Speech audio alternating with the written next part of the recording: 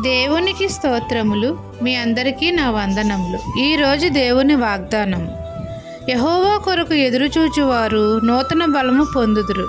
యెషయా 40వ అధ్యాయము 31వ వచనము. భూదిగంతములను సృజించిన యెహోవా నిత్యుడగు దేవుడు. ఆయన నిన్న నేడు రేపు ఏకరీతిగా ఉన్నవాడు అనువాడును. దేవుని కొరకు ఎదురు చూస్తే మనము దేవుని యొద్ద నుండి నూతన బలము పొందుకుంటాము. సొమ్మసిల్లిన వారికి బలమిచ్చేవాడు ఆయనే. శక్తిహీనులకు బలాభివృద్ధి కలగజేయువాడు ఆయనే. ఆయన సొమ్మశిల్లయుడు అలయుడు.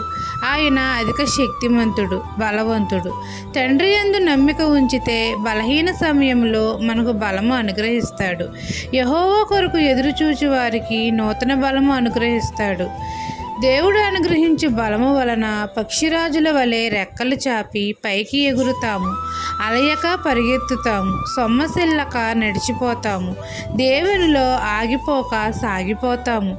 ఈ దిన వాగ్దానము నా జీవితంలో నెరవేరాలని కోరుకుంటూ దేవుని సువార్త పరిచర్యలో మీ సహోదరి. ఆమెన్.